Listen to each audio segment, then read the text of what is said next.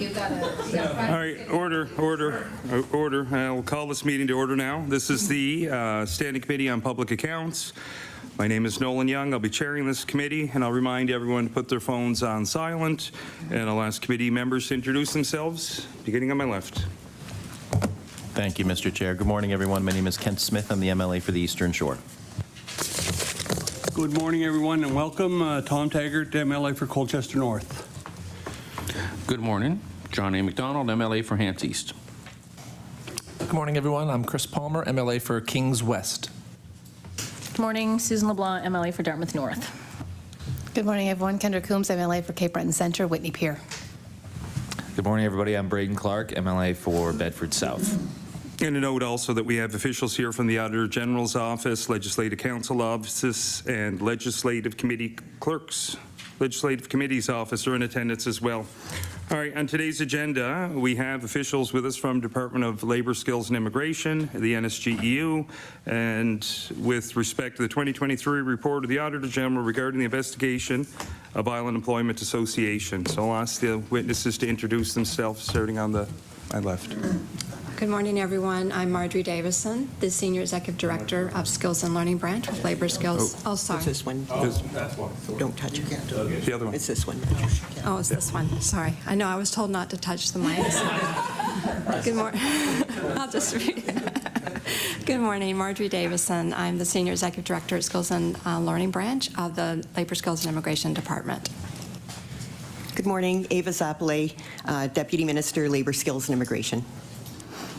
Good morning, Sandra Mullen, President of the Nova Scotia Government and General Employees Union. I'll invite opening remarks, and we could start with Deputy Minister Czapalay. Deputy Minister. Well, thank you for inviting us here today. Like many of you, I was deeply concerned by the findings in the Auditor General's report. The audit found evidence of gross mismanagement of public funds, including unprofessional and unethical conduct. The investigation confirms findings first made by the Ombudsman's Office, and the reason why, within weeks of both the Minister and I starting our new role at Labour Skills and Immigration, we acted.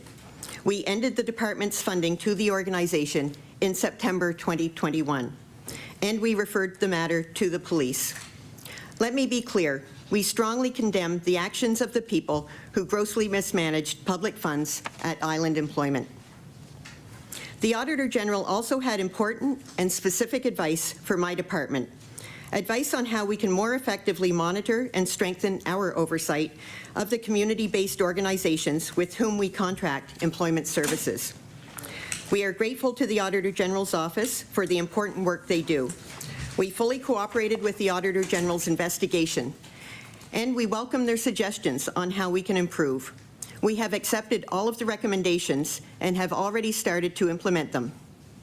The Auditor General's report builds on the findings of the Ombudsman's report of gross mismanagement of funds. The report confirms that my department made the right decision to end its contract with Island Employment.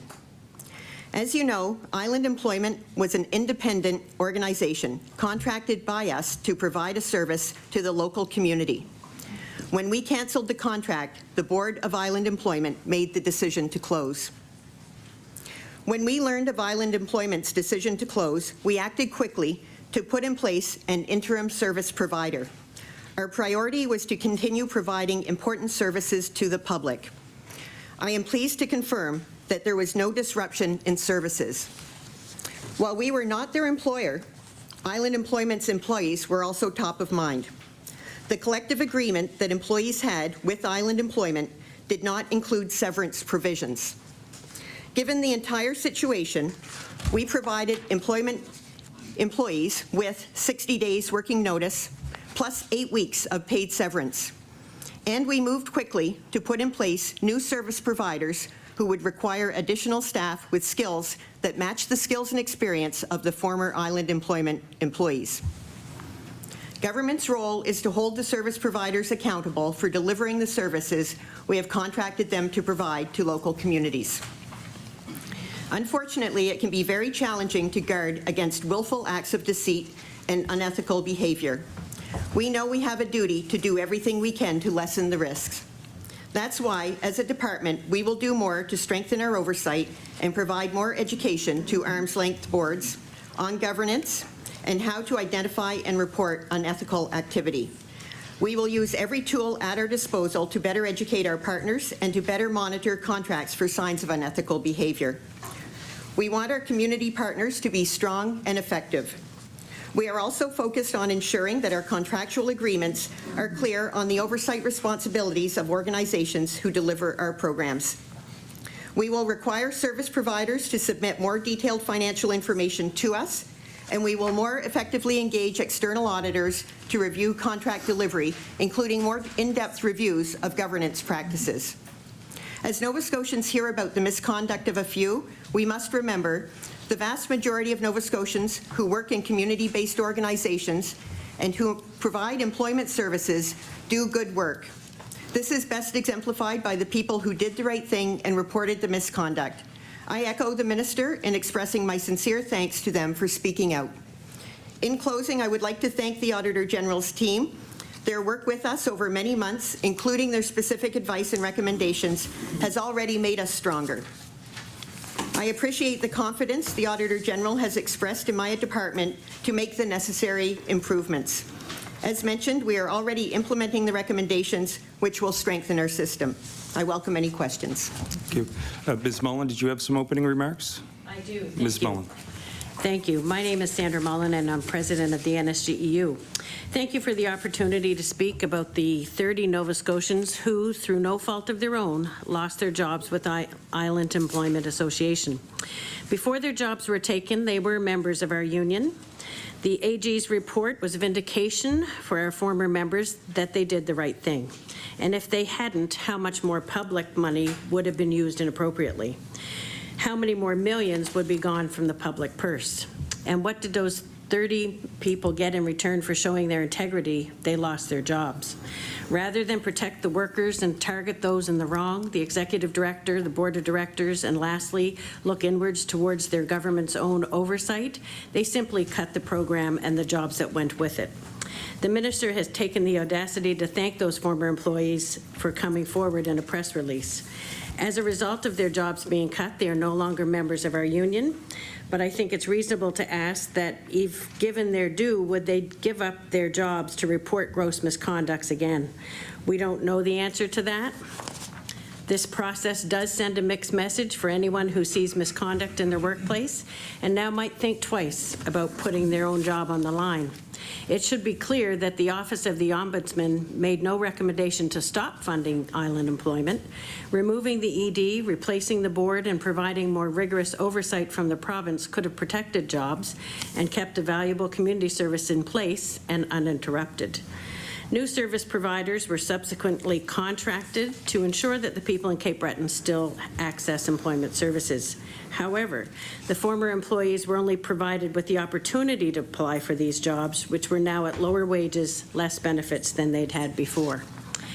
Why does the minister and government think it's okay to offer less pay, less benefits, and less opportunities to those who turned their backs on when they stopped funding? I do thank the AG's office for their investigation and work on this file. The report speaks for itself and is troubling on many levels. Why must working people pay the price for government's lack of accountability and oversight? They stood up when they suspected something was wrong. They were right, and they did the right thing. NSGEU advocated for an investigation, and the AG did their job. For that, we thank them. There are many lessons to be learned from this process, and it's my hope and the hope of our union that more respect and consideration be shown to workers in this province. Without their dedication and commitment to the truth, how much more money would be missing? Whistleblower protection should protect working people who want to do the right thing. Executives need to be held to account without workers putting their own livelihood on the line. This government owes those workers more than a line and a press release.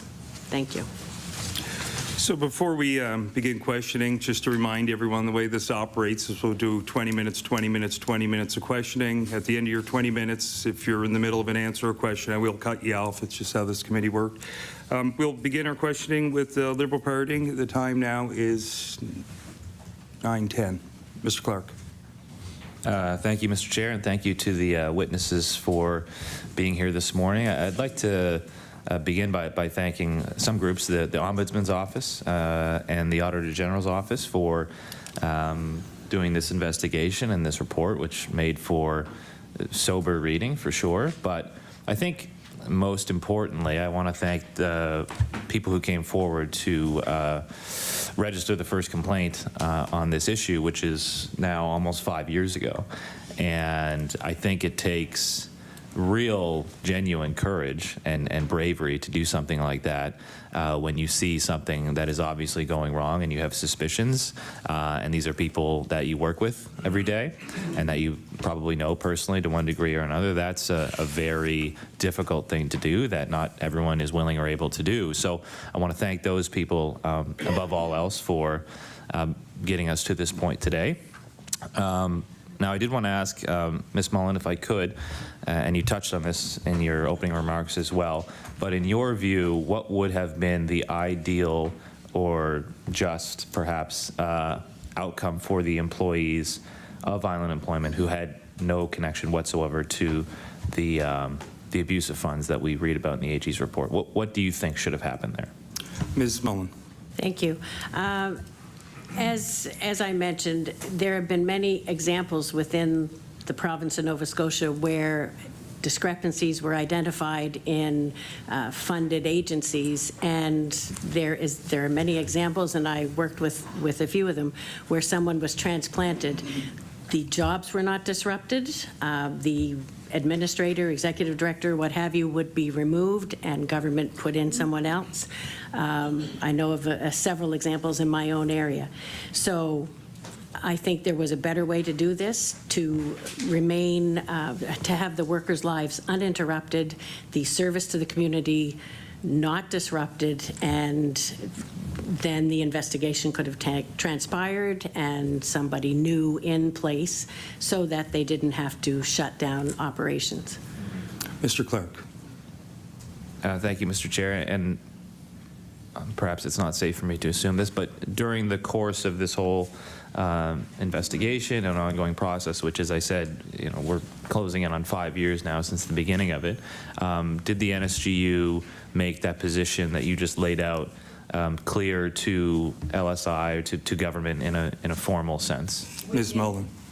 Yes, we did on a number of occasions. My predecessor wrote many letters on behalf of the employees at the agency.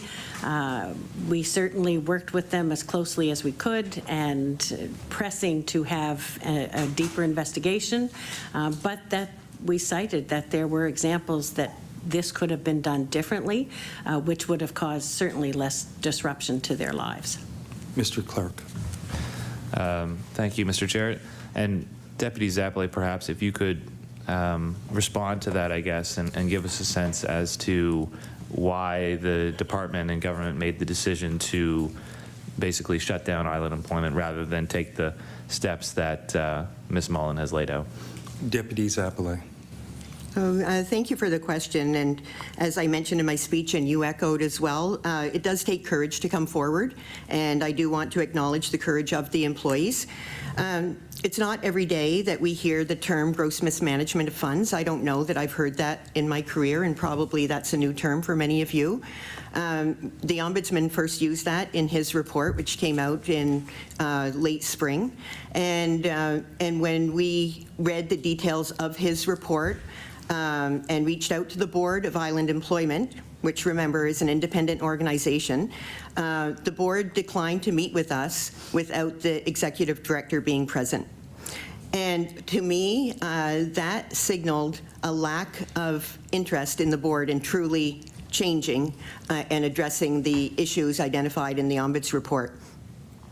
So when the new government was formed and I came on board as deputy in September, we did act quickly. We acted quickly to end funding our contract with Island Employment, but we also acted quickly to put an interim provider in place. And there was no disruption in services, and we also moved quickly to ensure that a permanent provider, in fact, there were 2 providers ultimately put in place early in the new year. And I think it's it's important to recognize that the employers that we kept in place, or the interim provider and the permanent provider, they were looking for this experienced provider. They were looking for experienced workers with the exact same skill sets that the Island Employment employees had. And so we were doing our part. I also mentioned in my remarks that we did offer, was it 2 months, 8 weeks of working, 8 weeks of working notice to the employees. And further to that, we also provided a package that included about 8 weeks of severance. But at the end of the day, they're Island Employment employees. We went above and beyond the contract to support them. Mr. Clerk.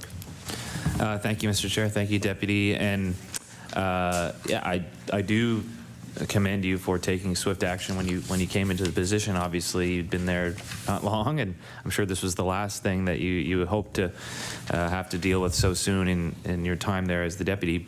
But I wonder, and you said that the board, for example, didn't want to meet unless the executive director was there, and from your perspective, that showed an unwillingness to change or adapt, and I don't disagree necessarily with that point of view, but I'm wondering, and perhaps this wasn't possible, and if it wasn't, I'd like to hear the explanation, but would it have been possible to basically scrub everything clean, board goes away, executive director goes away, everyone who was involved in this gross mismanagement of funds goes away, and those who were working there and doing the right things and helping people stay, and then there's a new leadership team, new board, et cetera, continuing that operation that, to be fair, in most cases was helping people and doing good work. So was that not possible? And if not, I guess why not? Deputy Czapalay. Thank you for that question. So we considered many options and settled on the option of ending our contract. The Ombudsman report did show us that there was a pervasive mismanagement of funds, the gross part of the mismanagement of funds, meaning big and widespread. Also, the board's lack of engagement with us signaled that there was no capacity within that organization to an interest to rectify the situation in a proactive way. Also, I want to remind everyone that this is an independent organization. We can't just sweep in and close it down. It's not our organization. It's an independent organization. Our relationship with that organization was the contract, which we chose to end. And I think the Auditor General validated that we made the right decision in her report, which everybody has read and perhaps found quite sobering in terms of the findings. So, this has caused us to reflect. Did we make the right decision? And I'm here today to say we made the absolute right decision in ending our contract with Island Employment. Mr. Clerk. Thank you, Mr. Chair. Thank you, Deputy. So I just want to make sure I understand, within the contract which you mentioned there, did the department have the authority or the ability to, for example, remove the board and appoint a new board? Was that power available or not? Deputy Czapalay. So the Island Employment is an independent organization, just like the Y or any of our other providers. We can't assume ownership of an organization just because we have a contract with them. So there was no opportunity to go in and remove the board or take that kind of action. Our piece of control was the contract that we had with Island Employment. Mr. Clerk. Thank you, Mr. Thank you for that. I appreciate that. So obviously, nobody wants this kind of situation to repeat itself. But as you mentioned in your remarks, sometimes people want to do things, and it's very difficult to plan for everything and prevent everything, and I appreciate that. But what contingency plans or steps are being taken within the department to minimize, if not, eliminate as much as we can the possibility of this sort of thing? As you know, Nova Scotia Works, we're talking about tens of millions of dollars, $22 million, I think, roughly, of public funds that's out there. So how do Nova Scotians, I guess, have confidence that this sort of thing will not happen in the future? Deputy Czapalay. Thank you for the question. And so as we speak, staff are reviewing the contracts that we have with our service providers and with our solicitor through the Department of Justice to tighten up the language. The Auditor General's team had very specific advice for us on how we can be more clear in our language in our contracts, and we found the advice to be very helpful, and we're meeting with the solicitors right now to review the contracts to make them clearer and make the responsibilities more well known. We also have very clear direction on how to mitigate risks, and we're reviewing both our quarterly reporting processes as well as our annual reporting processes. And I'm meeting with internal audit and along with Marjorie and the team in a few weeks to show them what we're thinking of doing in terms of strengthening some of those processes and working with them to make sure that we're on the right track. Marjorie has some details, and I just wondered if we might, if there's time left, to invite her to answer more detail. Ms. Davison. Thank you for the question. And I would like to offer that a number of improvements were made post this incident with island employment. It is a nature of Employment Nova Scotia, which is the division responsible for these third-party contracts to engage in continuous improvement. So in 2020, we did establish a contract management unit, and that unit brought expertise into Employment Nova Scotia so that we could do a better job of not only working with our third parties, but looking internally. We developed agreement foundations management training so that all of our staff fully understand their responsibility and their due diligence around contract management. And also we implemented all of the recommendations of the Ombudsman's report, which does include looking at having an internal complaint process so that we don't wait till we have to put the onus on the employees to come forward, but that there's a way to bring those complaints forward now into Employment Nova Scotia so we can act very quickly to respond to those. In addition, we've added a number of new agreement reporting requirements. We require more detailed expense reports, monthly cash flow updates. So even we had moved to an annual update of that, but now it's monthly, projected monthly expenses and quarterly reporting. And if there's variance in that, we do a 3-step follow-up to make sure that we have clear understanding of what that variance is. We've also added a requirement to track contributions by source. This was an issue that was raised by the Ombudsman and the Auditor General around these third parties that are receiving monies from different sources, not just the provincial government, not just from Employment Nova Scotia. So requiring a better detailing of those sources of funding and how those sources are expended, and making sure that those that we're responsible for are clearly separated and articulated. And we've also upgraded our financial reporting requirement. So at the time of 2020, we moved to a review engagement, and now what we'll do going forward is move to audited financial statements from the organizations. So those are a few examples of some things that we have been doing, and going forward we will continue to do our compliance audits on an annual basis, but we'll also be increasing our sampling of our auditing on a quarterly basis throughout the year with our contracts, and we will be assessing the risk that is associated with third-party delivery. And I think this was also a big piece coming out of the Auditor General's report, is that we had not updated those risks in a number of years. So it will be important for us to have a new risk register to develop the mitigations for those risks and to ensure that the monitoring that we put in place responds to those specific risks. So that doesn't mean that we're putting all of our service providers on notice, but it means we will be working collaboratively with our service providers to come up with answers how better we can work together to make sure this doesn't happen in the future. Mr. Clerk. Thank you, Mr. Chair. Thank you, both of you, for that answer. And it sounds like, those steps sound certainly reasonable and hopefully helpful. The other thing I'm curious about is governance.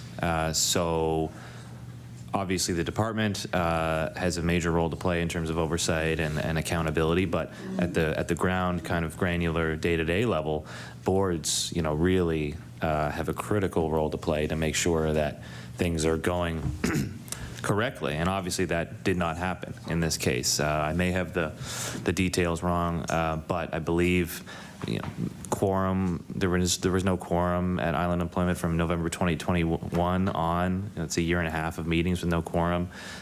Meeting minutes, you know, made no sense. In some cases where, you know, there was no oversight on expenditures, conflicts between who's signing checks and who's getting reimbursed, all those kinds of things that are kind of, you know, governance 101 in a lot of cases. So what will the department do to make sure that governance, you know, kind of the closest level to the daily operations of these providers, is really strengthened so that if there are any potential issues in the future, you can nip them in the bud and it doesn't take us 5 years to get to this point that we're at today? Deputy Czapalay. Yeah, thank you for the question, and certainly this shone a bright light on the importance of good governance. And one of the things that we will do is take a look at the training that we have been providing to boards and to executive directors, and looking for ways to strengthen that in light of this report, and also in light of some of the red flags that the Auditor General's identified. I think there's places where we can provide stronger training and support for the boards, but it is critical that the boards function well, and that the executive director is working closely with the board to ensure that the operation is running smoothly. Mr. Clerk. Thank you, Mr. Chair. In your view, Deputy, does your department as it stands today have the capacity, the staffing levels, the resources necessary to take all of these steps that we're laying out? I mean, it's wonderful to have the steps, to have the policies and procedures in place, but it's another to have, you know, the people in place to actually execute and implement on them. Are you confident that you have the capacity within the department as it stands right now to do that? Deputy Czapalay. Thank you for the question, and we do have the capacity, but we're also looking at our tools. We use a technology, a system that's used across government for contract management. It's called LAMPS, and we're looking at that system to make sure that it's as robust as it can be for the additional work that the Auditor General's identified in terms of oversight. But part of our monitoring has always been to use third-party organizations to do audits, and so the Auditor General's team pointed out some ways that we can better instruct our third-party audit firms to look for red flags, and also to look at, in particular, governance and best practices in governance, and work with us to identify any issues early. Mr. Clerk. Thank you, Mr. Chair. In my last 2 minutes, right? I'd like to go back to Ms. Mullen if I could. Just on the issue of the employees, of course, which we started with, and I appreciate the deputy's comments around authorities and abilities and powers within contracts, but just as a, you know, as a human being, kind of on a basic fairness level, there is something that doesn't feel great for sure about how things have transpired here. So we're talking about roughly 30 people. Of those 30, how many are today working in, you know, the equivalent organizations or delivering services similar to what they would have been doing a year ago? Of the 30, how many? Ms. Mullen. Thank you for the question. As you know, those members are no longer members of NSGEU, and as we followed along with them, and we were appreciative of the severance that was offered in light of the fact that the contract didn't provide for that, they were not all qualified to do the roles that were offered, and a lot of them were at a lesser pay. So there are not many folks that I know that want to apply for a job that pays less. So I do not have the full number of who is employed in the new agency, but we know of a handful who were not. So, Mr. Clerk. So, thank you, Ms. Mullen. So, safe to say that major disruption to the lives, the livelihood, the families, the friends, everybody who's associated with these folks as a result of something that they had no control or fault in, correct? Ms. Mullen. Thank you. Yes, and just to wrap that up, I worked with this type of... Order. We'll move to the NDP colleagues. We'll start with MLA Coombs. Thanks, and I'll just call on President Mullen to finish her thought. Ms. Mullen. Thank you. Just with respect to a change in employment, in working with folks who are seeking employment in the community that they were living, these employment counselors would be no longer working with that person, so a new person coming in to follow through with that service would be starting over. So not only did we disrupt the lives of 30 employees who worked with a clientele, but I remember certainly they would have been working with 20 or more clients per person. And so those members of the community would have to start over in the type of service they were looking for. So it was very disruptive. MLA Coombs. Thank you. I'm going to start off with some comments first. To talk about our thanks and our utmost respect for the workers who blew the whistle really is the very least we can do. They should have been protected under the Whistleblowers Act, and they were not. Their jobs were not protected. They lost their jobs doing the right thing. So it's really kind of a bare minimum coldness to even give them thank you, because they lost their jobs. They were under suspicion for things that an ED did, for things that a management did, and things that a board did. And the failure of the Department of Labor to oversee what was occurring with them, with finances. It was gross mismanagement on the ED and management and the board's part, but it was also mismanagement on the Department of Labor. The Department of Labor did not fulfill its responsibilities to protect the public interest and provide effective oversight and monitoring of island employment. Decision to renew island employment's contracts for 2016 and 2019 were not supported. Island employment's contract renewal was completed before the conclusion of a 2019 compliancy process. Multiple weaknesses were noted in island employment's contribution agreements, limited to no evidence of the review by the Department of Labor on island employment's financial or activity reports. The Department of Labor did not assess island employment's government practices. Department of Labor did not appropriately investigate 3 complaints by island employment. So when we talk about the fact that the Department of Labor had no say in regards to the boards, in actual fact, it should have been assessing the governance of that board. To say that island employment, that the AG said that the Department of Labor did the right thing with regards to island employment is not factual. Actually, within the report, the AG said on, I believe it's page 34, 180, that it was not, that, what was it here? 1 second. Quote, we found the decision to terminate the agreement with island employment, with IEA, was sufficiently supported. Not that it was the right one. So, with that, I'm going to ask the minister, can they talk about the multiple options that were reviewed? Deputy Czapalay. So we received the anonymous complaint in June, and that was one of 3 letters.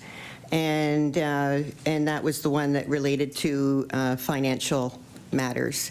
There were 2 other letters. One was an HR issue from a former employee, and the other was a board member with an issue regarding the board practices. So the issue, the letter that related to financial concerns, we met with our solicitors. we were discussing how we might proceed with that information. We worked out a plan to include the concerns expressed in the letter with the third-party audit that I referenced earlier, that we contracted out regularly, and that audit was coming up in the next 6 months. So we decided that we would incorporate some of the concerns into that, along with extra sampling.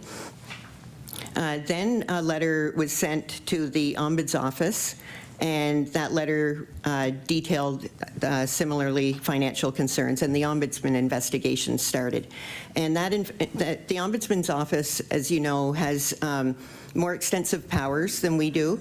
Our powers involved a contract. The Ombudsman's office powers go into the organization itself, the independent organization. And so the investigative powers of the Ombudsman were far greater than ours. And so at the time, we made the decision that that was the best route to go. And we waited for the Ombudsman's investigation to conclude. So the Ombudsman's investigation took quite some time, but when we had the interim report, we reviewed it. We understood that there was going to be a characterization of gross mismanagement of funds, and at that time it was, I think, December, and we realized that there was going to be a significant issue with that organization in terms of how we can work with it. The final report came out that June, and the deputy before me had reached out and had requested a meeting with the board to say, we have the interim report, we're really concerned. The final report's confirmed, everything found in the interim report, and we'd like to meet with the board without the executive director present.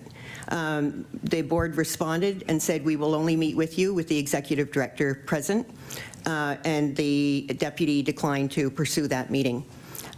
We felt like there was nothing further that we could do, given that approach and attitude of the board, to engage with the board in a meaningful way around the deep concern that we had with the Ombudsman report. So my own background is I left government for 7 years to set up a not-for-profit. I know what it takes to set up a strong, well-governed not-for-profit. It's not something that's done in a few weeks. It's not something that's done in a few months. I actually left government saying to myself, I'll take a few years to set this up, and when it's working well, then I'll go back to government, and it took 7 years. It's not a quick fix. It was not, to me, finding a way to quickly set up another organization to offer these important services to the local community, that was not a serious solution, in my view. Our focus has to be on providing important employment services to the communities that are served by these contracts. And the Auditor General's report has pointed out the importance of strong governance. There's no way that an ad hoc group of employees could have stood up an organization and had that strong governance in place that quickly. So we moved as fast as we could. I actually have notes that we briefed the minister on September 22nd, and October 5th, we issued the expression of interest for the permanent provider. Lightning speed in government terms. And the thinking behind that was get an interim provider in place as quickly as we can, who can deliver the services. Ms. Mullen mentioned the importance of the clients themselves in not having their services disrupted. So let's have that interim provider in place. We were able to do that, no disruption in services, and then let's go and put a permanent provider in place who can deliver the services that Island Employment was delivering previous to that. MLA Coombs. When the agency was closed, why was it not considered to guarantee the jobs for the 30 skilled workers who were let go due to the fact that an ED, a board, and the Department of Labor mismanaged this file? So why were those skilled workers not provided guaranteed jobs into these new services. In fact, the only thing that they were guaranteed was the ability to apply. Deputy Czapalay. Thank you very much. And you're right in that they are skilled workers, and we moved quickly to put solutions in place that mitigated the impact on these skilled workers. One was financial, so I mentioned the 60 days working notice. Also, the additional 8 weeks of severance contribution. And then also the important piece was that the capacity in Cape Breton was still there. Clients still needed these services.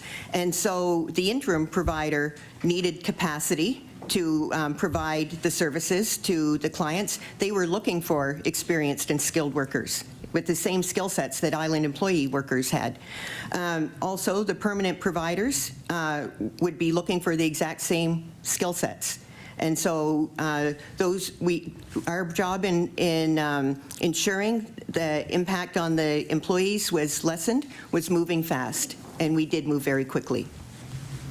MLA Coombs. I'm sorry, Deputy Minister, that didn't answer my question.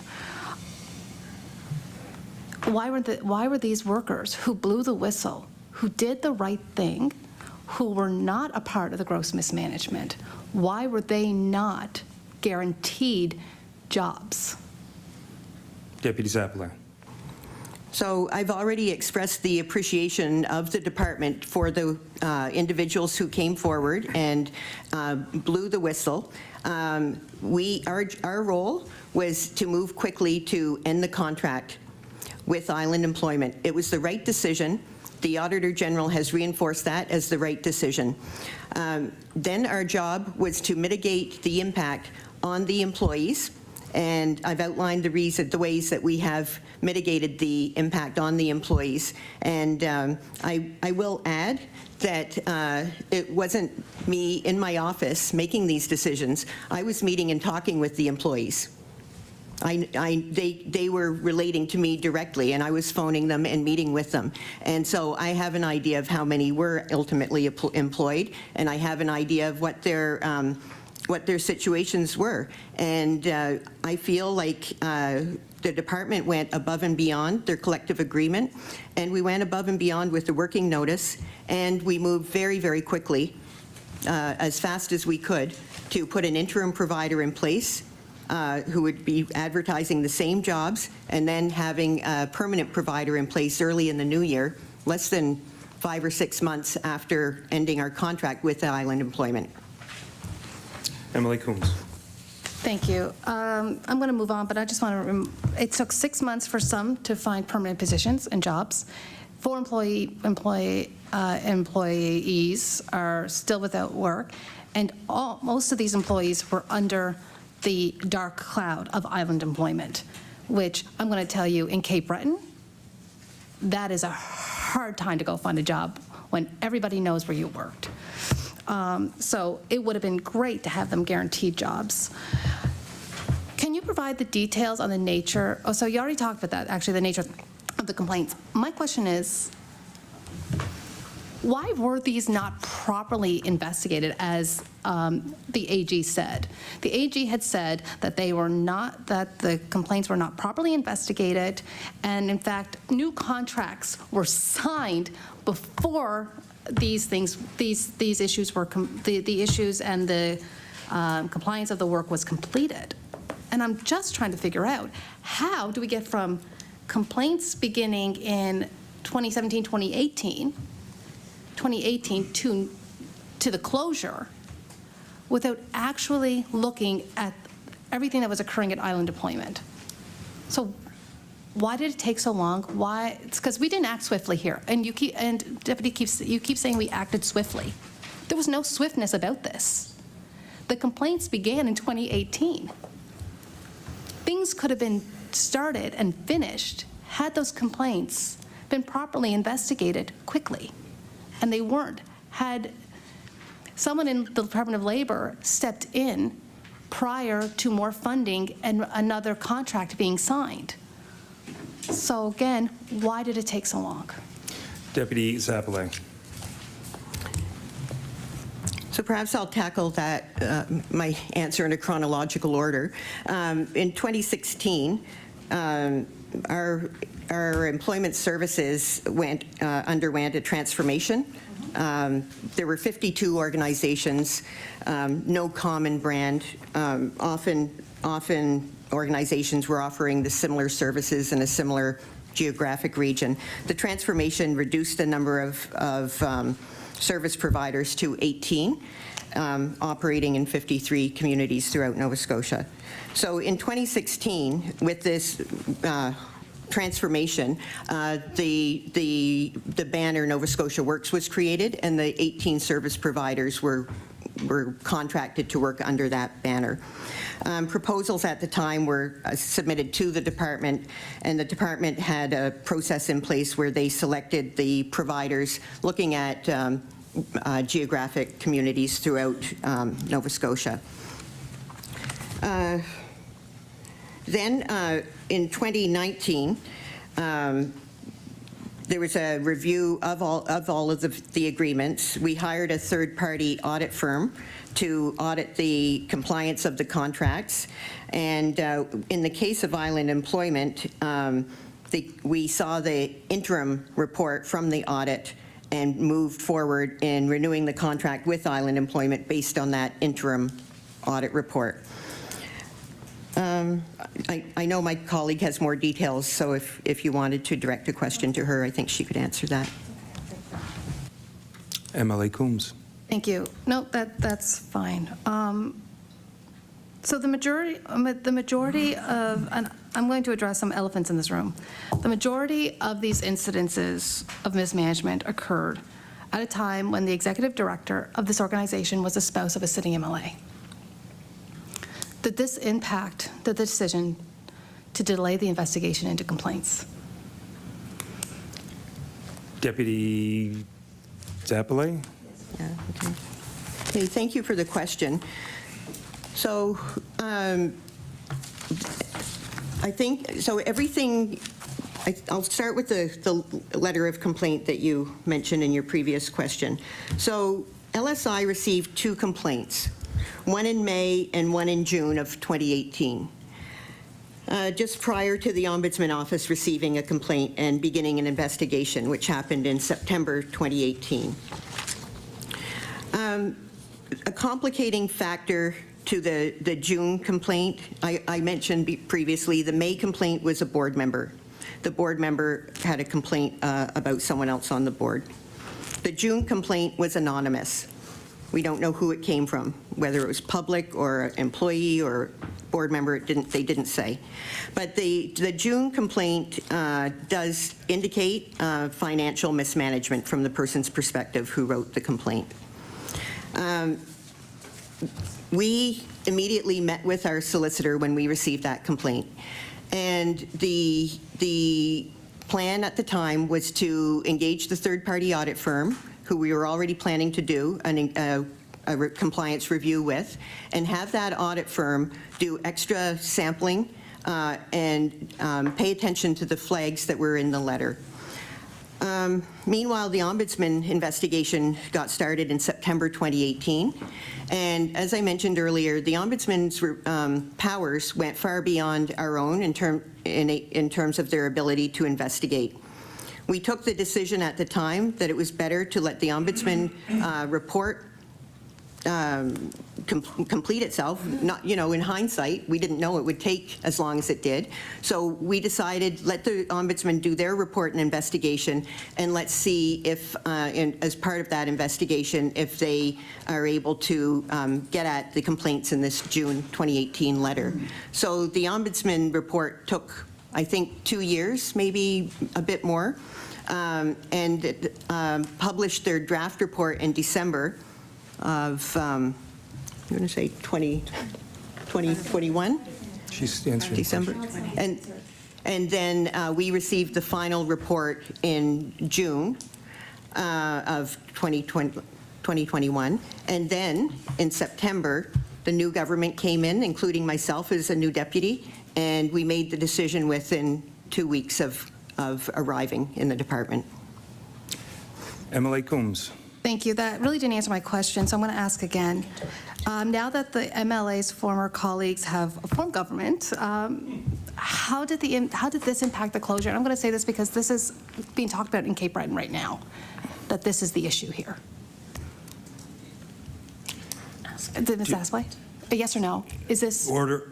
That concludes questioning for the NDP. We'll move on to the PC Caucus, starting with MLA Taggart. Thank you very much, Chair. I think my first question would be to Deputy Czapalay. Can you provide us with the scope of the roles and responsibilities that are held by the department, the board of Island Employment, and the union representing the employees? Just broad terms. Who's responsibilities? Deputy Czapalay. Okay, thank you for the question. So, as I've mentioned, Island Employment is an independent organization. It's an independent board-governed organization, one of many that we contract for services. It's important for us to provide services at a community level, and so it's not only with Employment Nova Scotia, it's with throughout government. We contract local organizations to deliver services. So in this case, we contracted with an independent organization, Island Employment, to deliver those services for us. Island Employment hired their employees. They are not government employees. They're not our own employees. They're Island Employment employees. So they hired their employees to deliver the services that were needed to meet the obligations under our contract. And then your question was relating to the union. I believe it was 2019 that the employees entered into a relationship, a collective agreement with the union. MLA Taggart. Thank you. So to follow that up, so to Ms. Mullins, and I recognize that you weren't present at the time, but you negotiated a contract in 2019, and so what protection or severance terms existed in the contract? The union.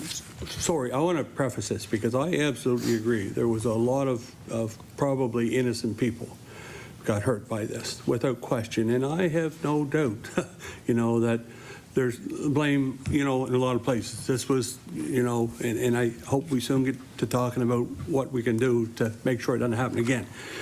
But what protections or severance terms existed in the contract that the union negotiated with Island Employment or employment employees in their collective agreement with their employee, Island Employment? And as a follow-up, has the union, who's there to protect employees, seen something there that they should be negotiating into future contracts to protect employees? So was there anything in the contract then, and have you found a better way to try and protect your employees so this doesn't happen again? Thank you very much. Ms. Mullen.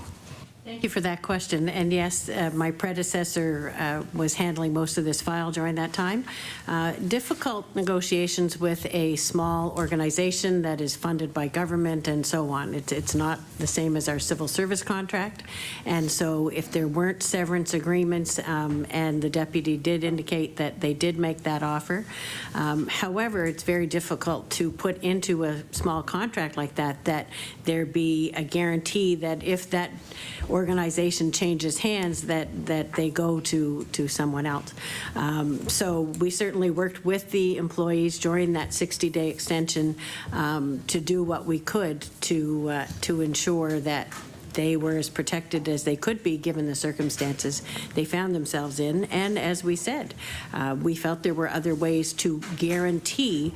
You could put in the RFP that here's an organization that needs to be picked up, and here's the employees that go with.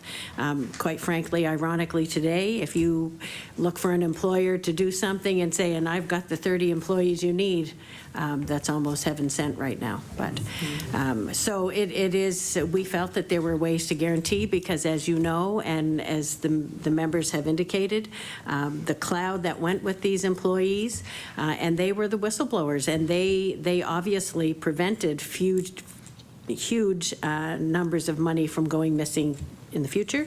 And to walk into other employers and see on their resume that their previous one was under this cloud of employment is the problem we saw. MLA Palmer. Thank you, Mr. Chair.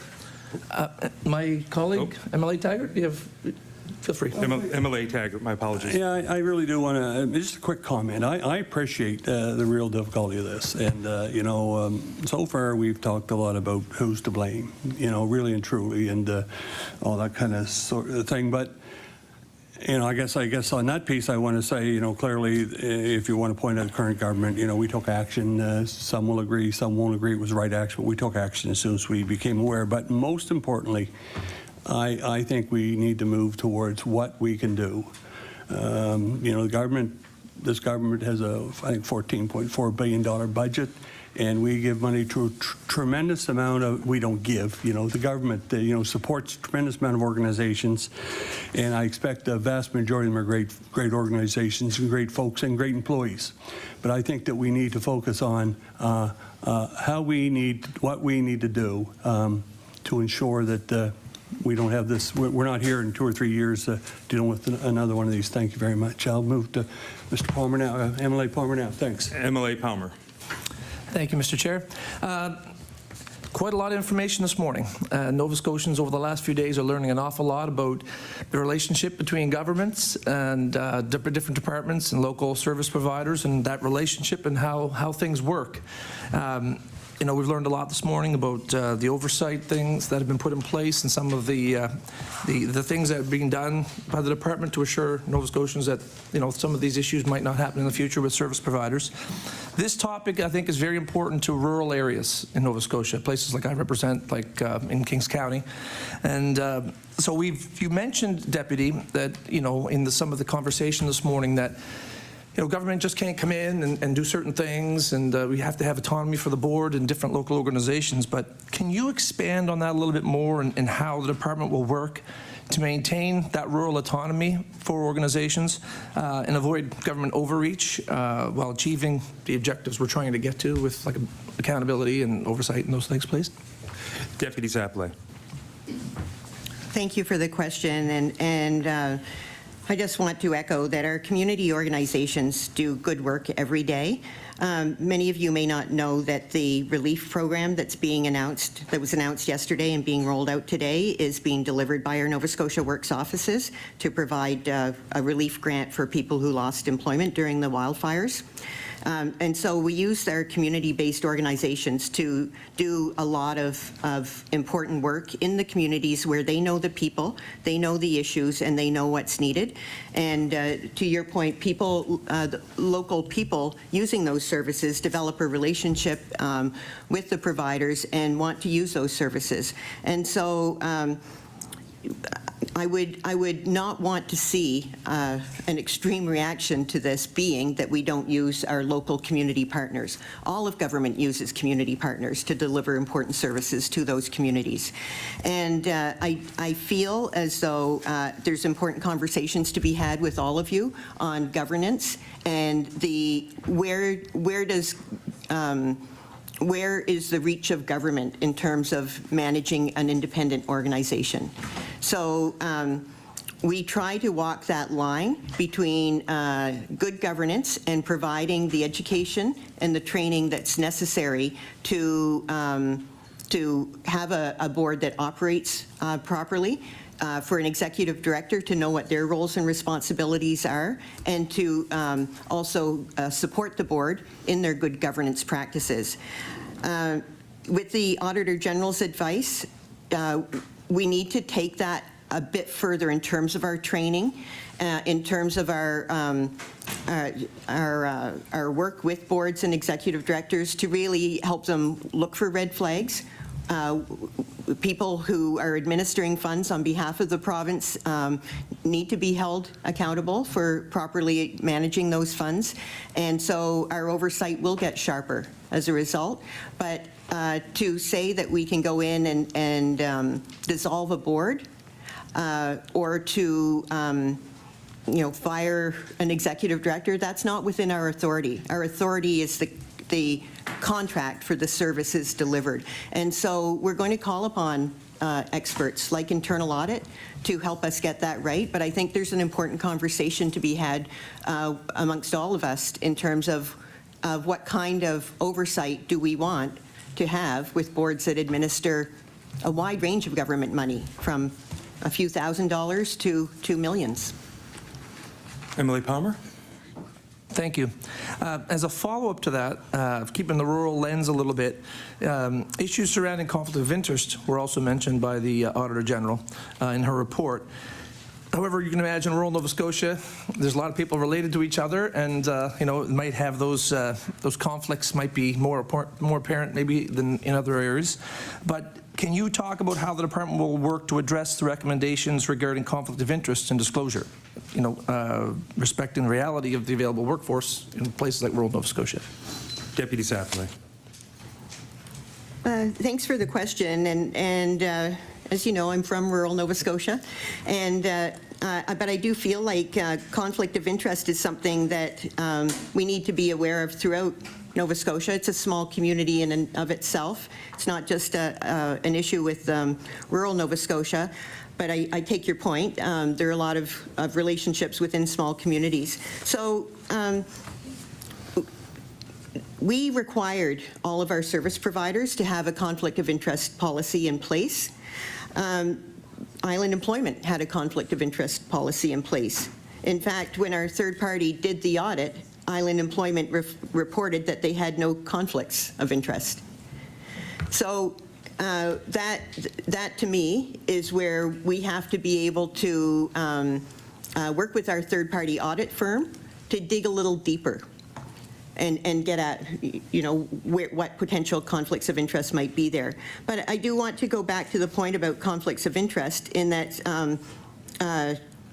if someone is related to a board member, or if someone is related to someone who's providing the services, does that mean they can't qualify for services, especially in a small community where it might be a hardship to travel to get those services elsewhere?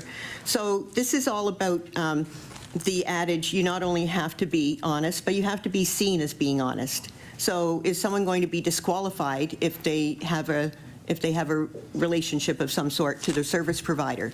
No, but that has to be disclosed so that we can track trends. We can watch for possible abuse of funds and abuse of authority.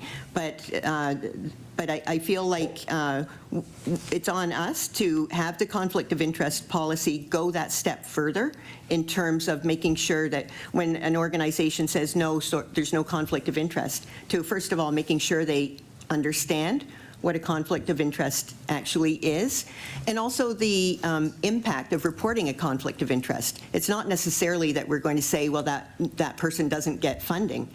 It's to say, let's track that now. That's a flag for us.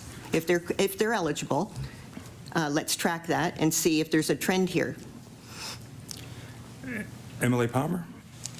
Thank you very much. I'll pass it over to my colleague, Emily McDonald, please. Emily McDonald. Thank you, Mr. Chair. This is I've said, I mean, this is a sobering, I'll say, second-y report that had to be created. But one of the things is we keep talking about island employment as the money that the province is given. Island employment actually receive federal money also, unless I'm wrong. And I'm pretty sure the Auditor General's report showed they're a charitable, like a Canadian charitable organization. So, you know, we definitely would not have the controls to be able to supersede and walk in and say, you're fired, replace the board. So, you know, and that, in my view, would be a complete overreach. I've sat on many boards, and I'm sure that if any of the people that have had to put up with me on a board are looking, they'd be going like, oh, that's why you were paying. Yes. And I've heard people say, well, you know, they're volunteers. Well, you have to realize what you're doing, because of the board and the executive director, we had a number of Cape Bretoners that lost their job because of what was done. So I just wanted to prerequisite, or just kind of like say, like, that's fair. And I agree. I mean, this is not a report that anybody should be taken lightly. I understand, President Mullen, you weren't there. I'm pretty sure Deputy Czapalay, I always mess up your name, I apologize. You weren't the Deputy Minister.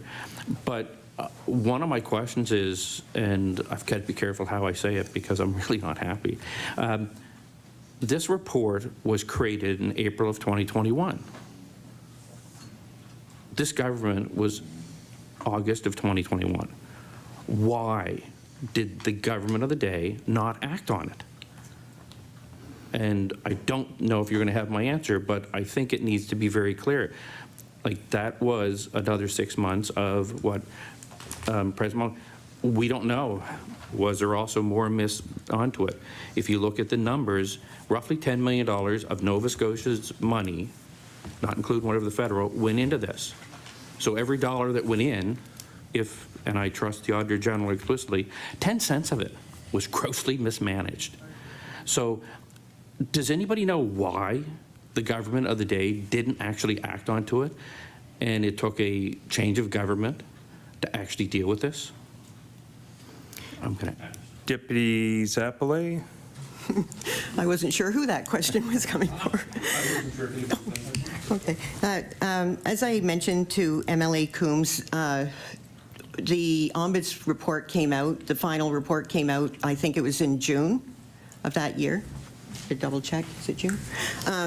And so the election was called that summer, and then when the government came in, within a few weeks of that, as a new deputy and as a new minister, we met and were briefed on this file and made the decision to end the contract. So there was no evidence of gross mismanagement of funds until the Ombudsman report was published. MLA McDonald? Okay, I guess I won't split hairs. I'm pretty sure the auditor's report says April. Could have been the end of April. Could have been the 1st of June. Oh. Did you? I'll let, I think she gets some information. Ms. Davison or Deputy Czapalay? My colleague just mentioned that the draft report came out in April and the final report came out in June, and that was made public. MLA McDonald. Okay, thank you. So, another question I have, and President Mullen, you may not know because you weren't the president at the time, but were members letting NSGU know of these issues also? And obviously, if it's confidential, I totally understand. And if so, what actions did NSGU take to kind of like let the government and work on that? President Mullen. Thank you for the question. And while I was not president, I was the first vice president and was quite aware of all that was going on. And certainly the members did reach out and let us know of their concerns because, again, seeking protection under the whistleblowers concept, you know, that they were making serious accusations here. So we certainly were working with them and in adhering to their contract and looking at all that went on with what they were wanting to identify. And yeah. MLA McDonald. Thank you, Mr. Chair. According to the department's performance was considered when vetting potential service providers, but the AG report cites a lack of supporting evidence for this. What is the current standard for vetting service providers? And I'm going to expect either a deputy minister or she'll defer it, Mr. Chair. To Ms. Davison? Thank you for the question. And I will just mention that all standards for 2016, for 2019, and now looking at renewal of agreements are based on federally established standards. So we made sure that we incorporated what the federal government requires for accountability. And those were developed into a guideline document that we used with our team of assessors. Each of 2015, 2016, 2019, we had a team of assessors that represented different levels of individual individuals who would work with those organizations, whether they were in the field or moving up to senior leadership. And upon the renewal in 2019, we actually had a presentation made to departmental officials, but also officials from other departments. So that those processes, even though we did fail in terms of our documentation of the results of our conclusions around those assessments and doing a better job of explaining how we arrived at those decisions, there were very ample processes in place for both the 2015-16 transformation and the renewal of the agreements in 2019. And as we move forward, we've made, as I mentioned earlier, we've made a number of improvements. Order. That concludes the first round of questioning. The second round of question will be approximately 11 minutes each. We'll start with our Liberal colleagues, MLA Clark. Thank you, Mr. Chair. Just a question about the comprehensive assessment and review of the whole, I guess, Nova Scotia Works program that the Auditor General has asked for, and I know the department has agreed to do. I believe it's the goal is to have that complete by next December 2024. Just wondering, at that time, will that report be publicly available? Deputy Czapalay. Thank you for the question. So I want to just say that we hope to have many improvements in place well before then, starting immediately. So as I mentioned, we're already working on strengthening the contract, but we'll also be doing our risk analysis and looking at all of the other recommendations and working very swiftly to implement them as quickly as we possibly can. We'll also be working with our third-party audit firm to ensure that they have stronger parameters around their audits, including more sampling. So in terms of the overall package of improvements, I would think that we would be able to say, I don't know that we have to wait that long, to be honest with you. I feel like we will be able to have a running update in terms of how things are going and what we've implemented and that kind of thing on a regular basis. MLA Clark. Thank you, Deputy, and I would encourage that to be as public and transparent on this as possible, because obviously, inevitably, issues like this erode trust and confidence in the public and how their tax dollars are being used and spent. And so I think the more openness we can have on that, the better. And obviously, this document is public, and there's a lot of not great news in it. So this is kind of better news, improvement. So I would hope that all of that would be made available. You touched on existing contracts. So I think there's 16 service providers or so, somewhere in that range across the province. Obviously, they all have their own contracts. Will those existing contracts all be amended to, for example, remove subjective language, some other inconsistencies that cropped up in the case of island employment and caused issues? Mrs. Davison? Thank you for the question. Yes, definitely. We have already started to work with our solicitor to review that contribution agreement.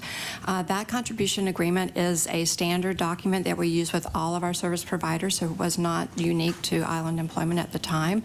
And the weaknesses that have been identified, as well as the omissions, we have those well articulated now, thanks to the work of the Auditor General. So we will be looking at subjective language. We will be looking at more a clearer definition of the deliverables that we expect. We will be looking to make sure that we have the powers that we need to enforce when there are difficulties that arise in working with our service providers. So that work is underway, and we plan to have that available to our service providers as we renew this next round. MLA Clark. Thank you, Mr. Chair. And just to clarify, when you mention as the next round continues, so this will kind of be a rolling process then, is that right? As each agreement comes up for expiration? Ms. Davison. Thank you for the question. And our funding, it comes through the labor market development transfer agreements in particular for the service providers for employment services. And so we are dependent upon the federal government looking at its renewal of these agreements. So that is something that the federal government has committed to do. And so in light of that, we will be extending and renewing agreements that with our current providers, but we will incorporate all of these changes that we've been asked to bring into the contribution agreements. But we won't be inviting necessarily new organizations to apply. MLA Clark. Thank you. And Deputy Czapalay, I just wanted to ask, you talked earlier about kind of walking the line on governance oversight and you know, to be clear, I'm not suggesting that I think the province should go in and dissolve every board and get rid of everybody. I'm not sure. I'm not saying that having that ability is right or wrong. I'm not positive on that, but I'm just curious, where do you see that balance right now? Do you feel that, are you comfortable, I guess, with the level of authority that the province has in these situations? And obviously this is an extreme situation and far from ordinary, but are you comfortable, I guess, with the ability you have as a department and as a deputy to step in at times when things do go wrong? Deputy Czapalay. Thanks for the question. And I do feel as though we have the tools available to us to provide the oversight needed. We also have partners who are capable of delivering strong services in terms of board governance and executive director training, and we want to look for ways to work with them to improve that training. But as I said earlier, I do feel it's an important conversation with everybody in terms of where our oversight is. We fund everything from food festivals to employment services. With the province, the scope is even larger. There's a lot of organizations that receive funding from government in the many millions. And so I need to have a conversation with internal audit to see if there's a government standard between one level of oversight versus a higher level of oversight, depending on the amount of public funding that's in play in a contract. And so those are conversations that I'm going to be having, but I feel like individuals around this table and other tables will, also perhaps be engaging in similar conversations because, as mentioned earlier, it's really, really important that we have community organizations delivering services to communities throughout Nova Scotia. They know best what is needed, and they know the individuals requiring the services and how best to deliver those, and they do great work. And so we don't want to have a disruption in the community's ability to deliver services. I think that's important. So where that line is, we have to have more conversation on that and arrive at some policies that, believe me, will be well documented so that everybody is aware of the degree of oversight needed depending on the level of funding being provided. MLA Clark, approximately 3.5 minutes. MLA Clark.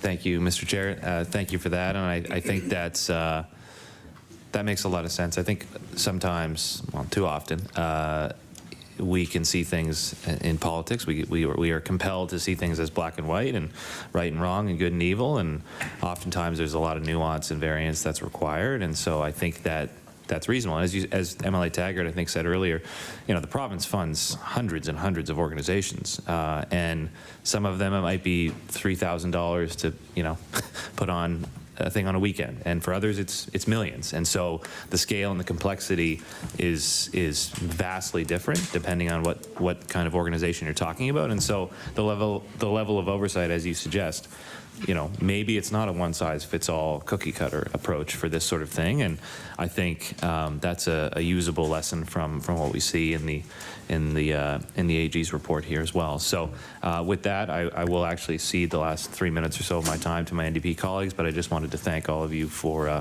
being here today and for answering my questions. Thank you. 15 seconds. Still a gentleman. MLA Coombs. Thank you. So I got some quick snappers for the Department of Labor. It's yes or no's. Is the department working with the Cape Breton Regional Police on this on their investigation? Deputy Czapalay. So thanks for the question. We did refer the matter to the Cape Breton Police in the fall, the same time as ending our contract with Island Employment. I personally haven't heard from the police. I assume it's an active file. I know that the Auditor General mentioned in her press conference that she has provided her findings to the police, so that's about the extent that I'm able to comment on that. MLA Combs. Will you be asking the AG to look at other service providers and do an AG report on them? Deputy Czapalay.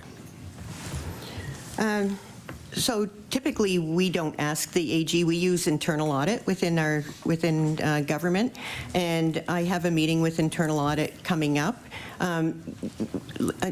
The Auditor General's advice to us was very specific, and it's very helpful, and we'll be applying that lens to all of the service providers within Employment Nova Scotia, but I do feel as though there's important lessons that we can use for other contracts that we have throughout our department.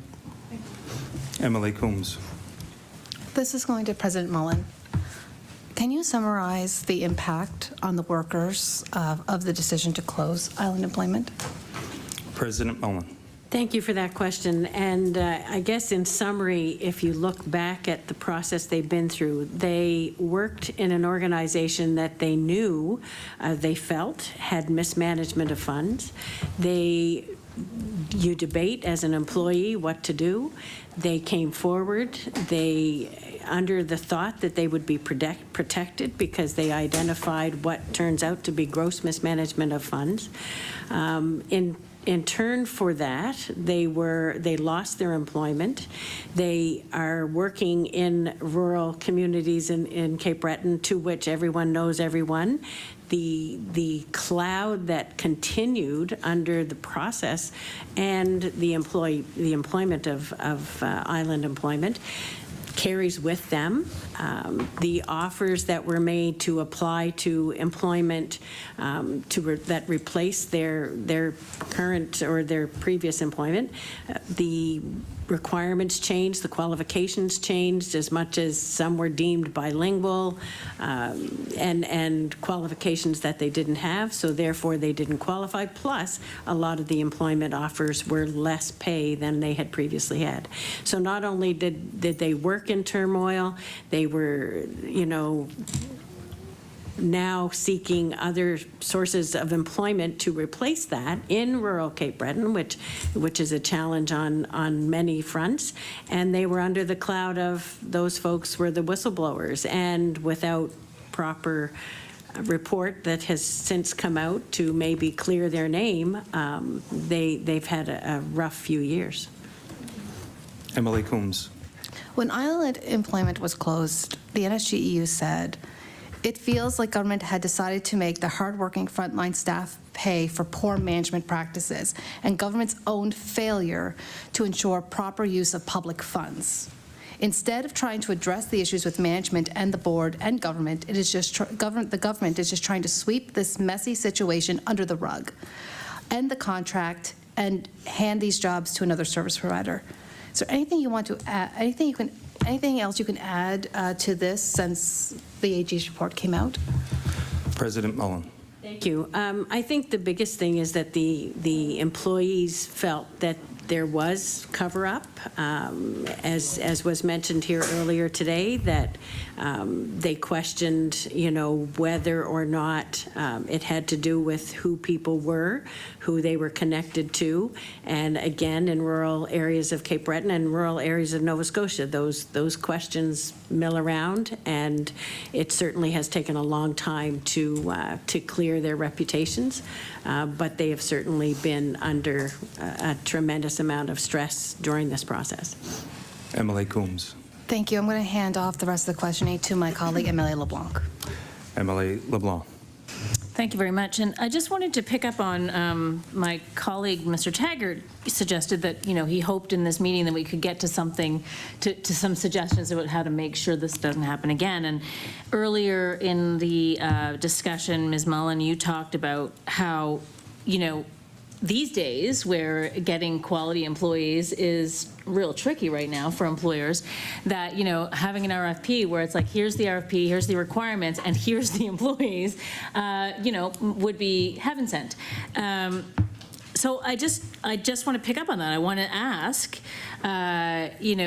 it feels like when government is creating contracts, it can put whatever it wants into an RFP or a contract. And then, of course, we know that if there's no bids on those RFPs, then they go into an alternative procurement. And so we know that there's all kinds of ways of getting at these issues. And so I guess my question is to the deputy, hearing the terrible impacts of what has happened with this on the employees, and presumably the clients,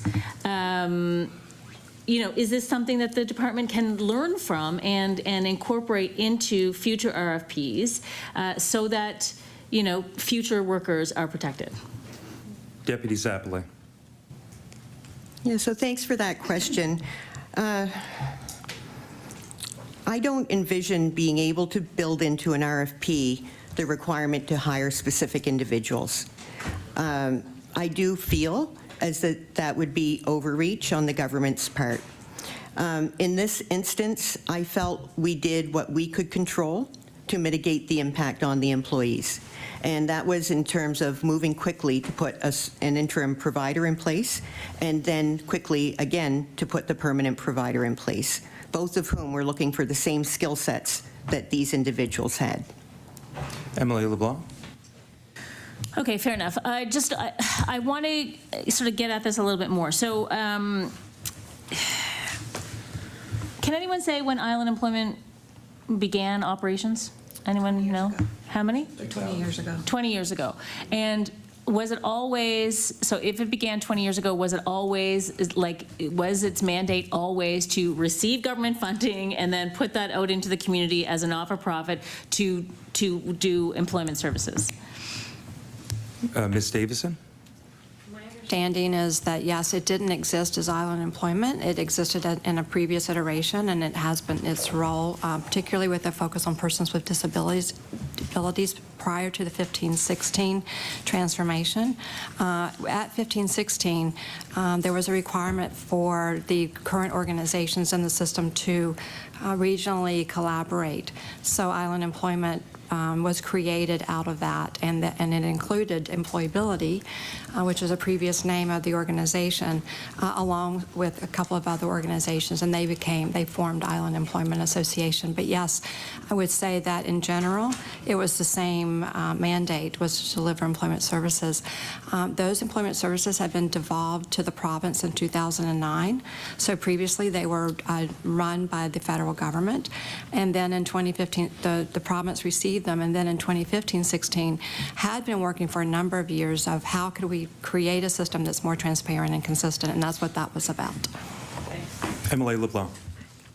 So it seems to me that in this kind of situation, we can build into those things. I mean, I understand the deputy's point about government overreach and that kind of thing, but literally these organizations, especially given that they were transformed in 1516, they're set up to take government funding and put it into the community. They are, and I get that we don't want to be in the business of doing all that, and it's good that they're community-based and all of that stuff, but it seems to me that this type of organization is exactly the kind of organization that we could have stronger controls over so that employees are protected, so that clients are protected, that kind of thing. And I think that it's a little bit of passing the buck to say, well, that's a not-for-profit, we're not involved, we don't have overreach over that board, when we know that these organizations were formed for this reason.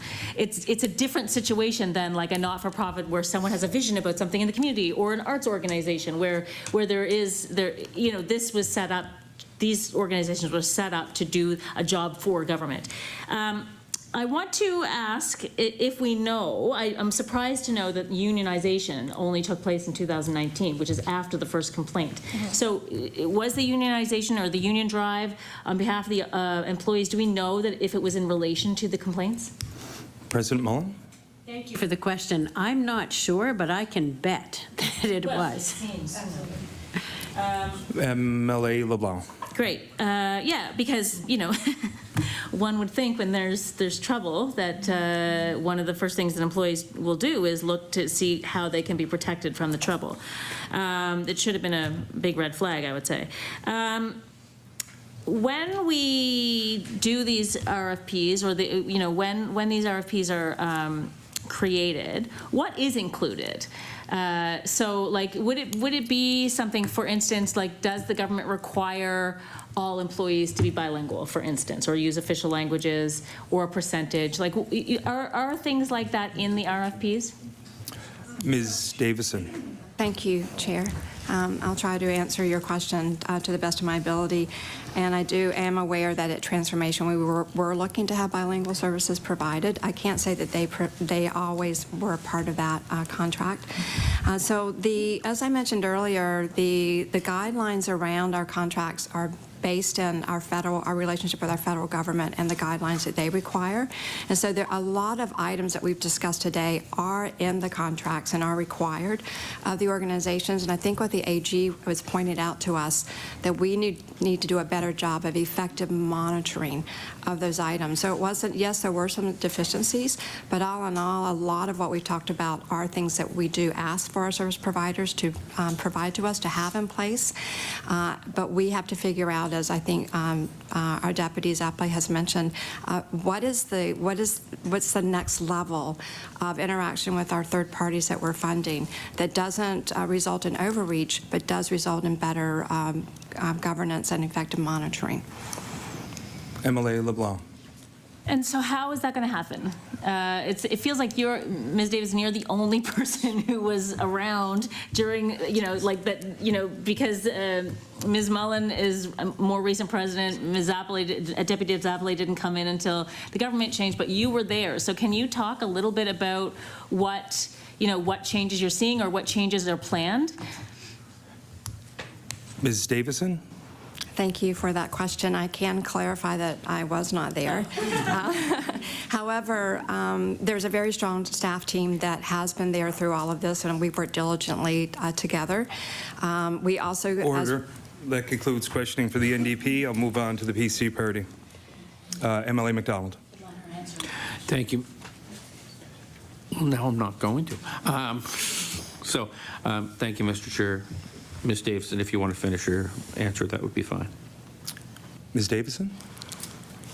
I'll probably need to be reminded of the question that I was in the middle of asking. Yes, just what changes are happening. Yeah, so I was in the middle of saying that we have a staff team that have been there through the changes and that we've worked together to design what it will look like going forward with support from our senior leadership as well. And as has been mentioned many times, we're relying on internal audit to give us guidance in this area. But the main thing we need to do is a comprehensive risk assessment so that we better understand what are the risks associated with this type of contracting with third parties and what are the mitigations.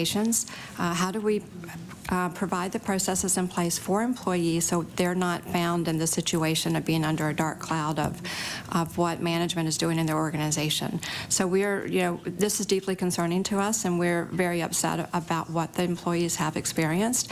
And so we are also keeping them in mind as we think about going forward, how we're going to manage and provide effective monitoring for these contracts. MLA McDonald. Thank you, Mr. Chair. And just to comment on, the more we tie into an RFP, the less people want to get into it, because the more you're controlling them, then it's government. And from the private sector, which I am, it literally is, in most cases, they're going, if you look at how contract law works now, they go off and go like, well, hold on, if they're dictating your hours and whatever, you're actually employed. So I do agree we need to be tighter, but the point of being able to replace a board of an independent is not something I would think is a good idea.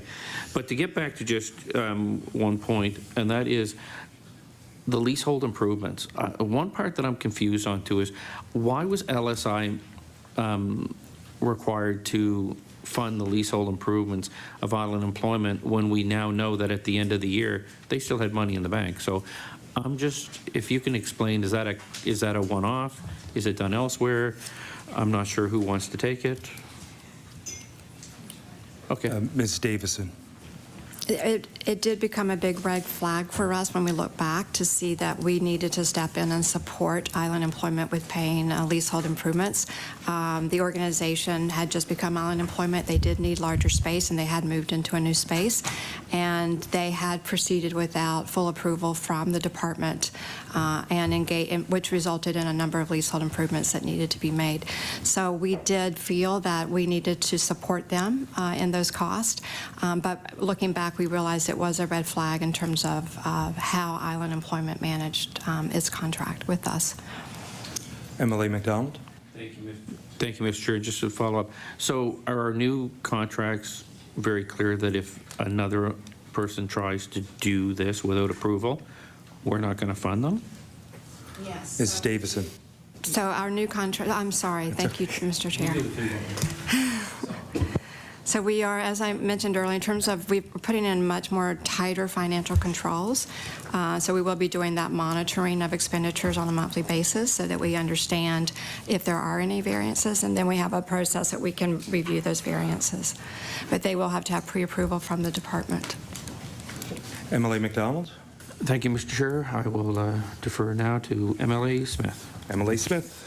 Thank you, Mr. Chair. Thank you to the witnesses for being here and talking about this important discovery and investigation. So my first question is going to be for Deputy Czapalay, and it's a bit of a preamble to say that I come from private business. I was a long-time entrepreneur.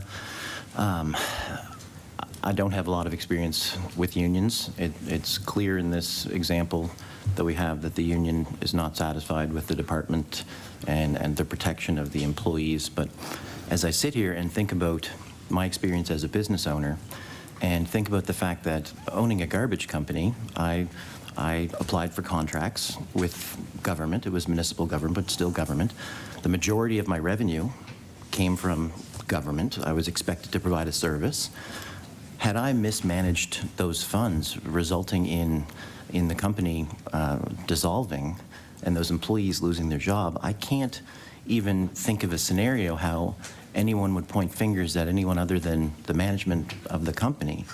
And I'm just wondering, it's been clear that we've taken the recommendations of the AG, but can you speak to that again? How, like, this is a service provider that we provide money to, and yes, there are checks and balances in place, but the day-to-day operations and the management of the entities are not the responsibility of government.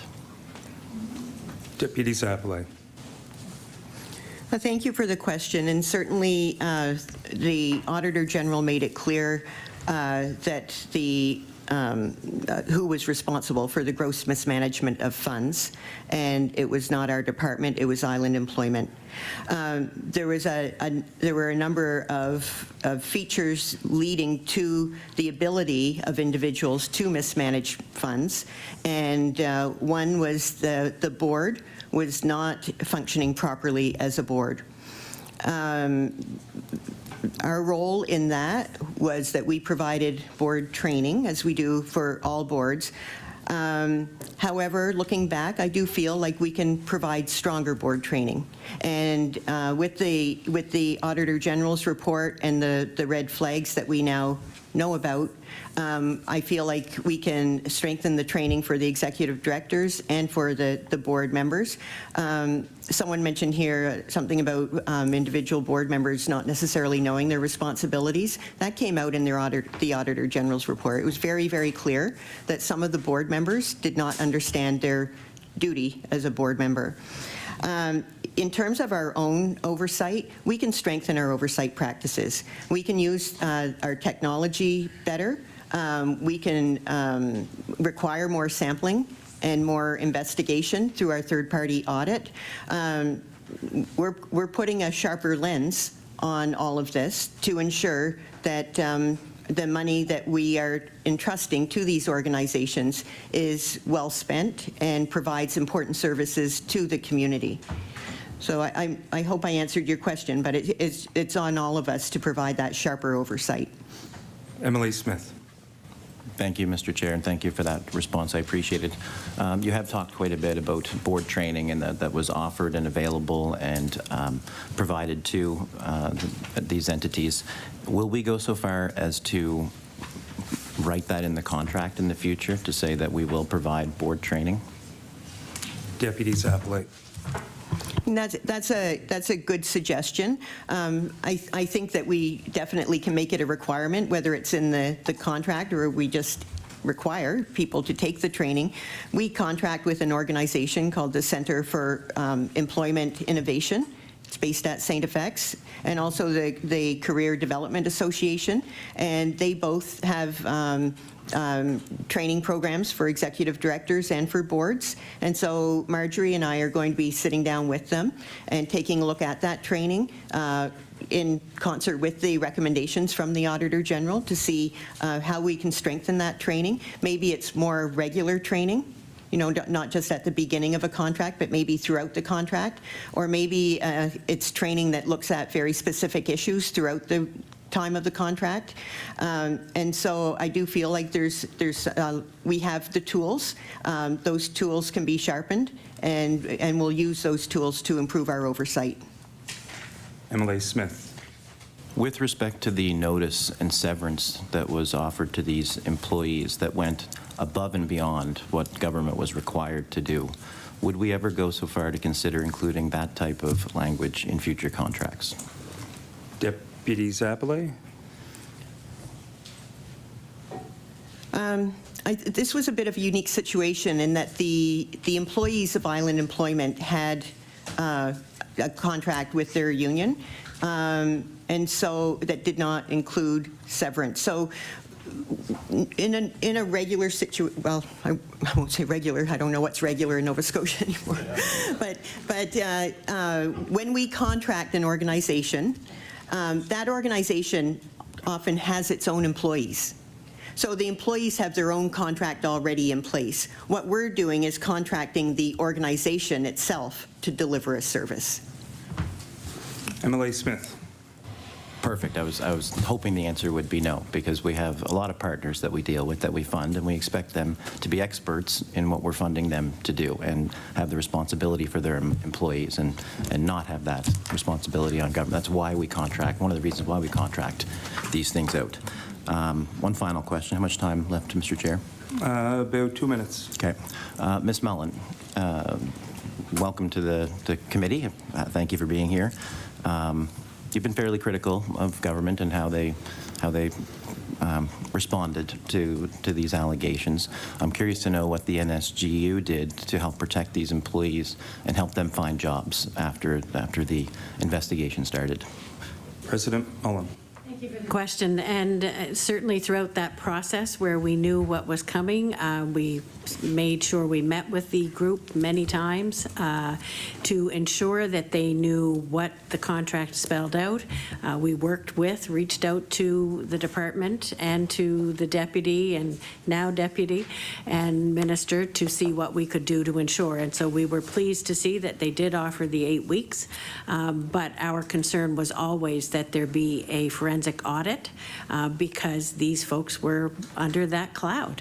So it was our concern that we looked at the new RFP and the new job offers, and we were critical where we saw that we had a number of folks who would be either not qualified or, again, offered employment of a lower salary. So we did what we could to work with them, but again, they were becoming non-members. Emily Smith with 30 seconds. Not much time for a follow-up. I'll just say on behalf of the Government Caucus, thank you very much for the time and the information on examining this important topic. Thank you. That concludes questioning. Again, thank the witnesses, and I'd invite closing remarks if you have any, beginning with President Mullen. Thank you for the opportunity to address the committee, and thank you for the questions posed. Again, as the MLA indicated, I was not the president of the time, but certainly was aware of the file and in my work life aware of the type of work that is done through Employment Works or Nova Scotia Works. So again, just want to reiterate that our members deserved better than coming forward and thinking they would be protected under the Whistleblowers Act, that they would identify what turned out to be gross mismanagement of public funds, and the reward, if you want to call it that, is that they lose their employment and live under a cloud for a number of months and years. So it's vindication for them, however, bittersweet because their employment didn't go with. We've got a number of examples in our own union work where management changes hands, you know, and the contract does carry on that in the RFP that these employees go with and they have a contract. We have been working I would say yearly with the Halifax Regional Centre for Education on their change of bus providers. So we know it exists, and we're very saddened that it couldn't happen with these employees. And we have continued to lobby on their behalf, even though shortly after the end of the 8-week severance, they were no longer members of NSGEU. We continue to fight on their behalf because it's an issue that other employees will see, that they made the complaint and they were treated what we see as unfairly. So thank you for your time. Thank you. Deputy Czapalay. Well, thank you everyone for the important questions today and also for the good discussion. And I am very sincere in our department's response to the Auditor General's report. We take our role seriously, and we will implement all of the recommendations and the advice received from the Auditor General. I'd also like to point out again that our community organizations provide good and important services throughout Nova Scotia, and we value the work of these community organizations. I mentioned earlier that our Nova Scotia Works offices today are rolling out the emergency relief grant for individuals impacted by the wildfires, and so they stood up and that grant and rolled it out very quickly under Marjorie's leadership, and that's the positive and good work that these organizations can do for us in communities when it's most needed. As someone who left government to set up a not-for-profit, I know how much work it takes to put good governance practices into effect. It's a passion of mine, and I'm interested in working with the Auditor General's report, my team, and the tools and supports that we have available to us to see where we can strengthen both our oversight and the good governance practices of our community providers. So I'd like to thank all of you today for the good discussion, and I look forward to tackling this work. Thank you again. Maybe we'll take a quick 3-minute recess just while everyone wraps up, if that's okay. Seeing some nods. We're now in recess.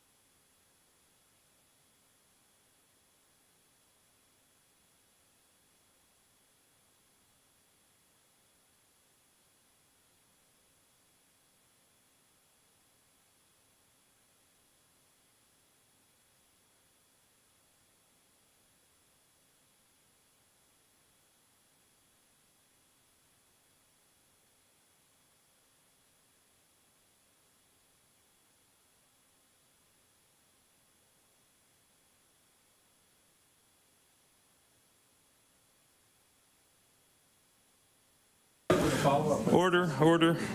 I will call this committee back from recess.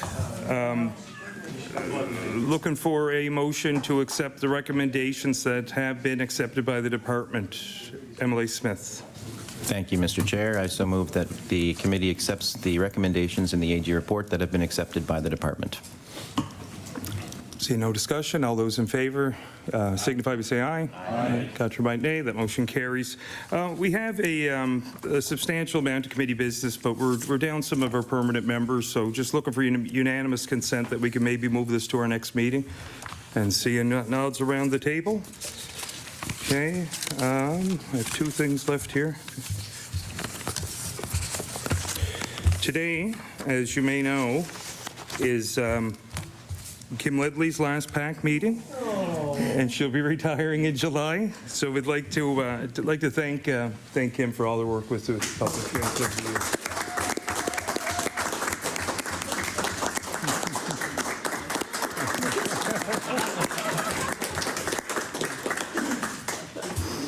All right, our next meeting will be September 20th, 2023, with the Nova Scotia Liquor Corporation, Department of Finance and Treasury Board. Read the 2023 report of the Auditor General, follow up of the 2018, 2019, and 2020 performance recommendations, re NSLC Phase 1, 2020, Phase 2, 2021. Is there any further business? Say that again. Seeing no further business, I'll call the meeting adjourned. The meeting is adjourned. Thanks, everyone.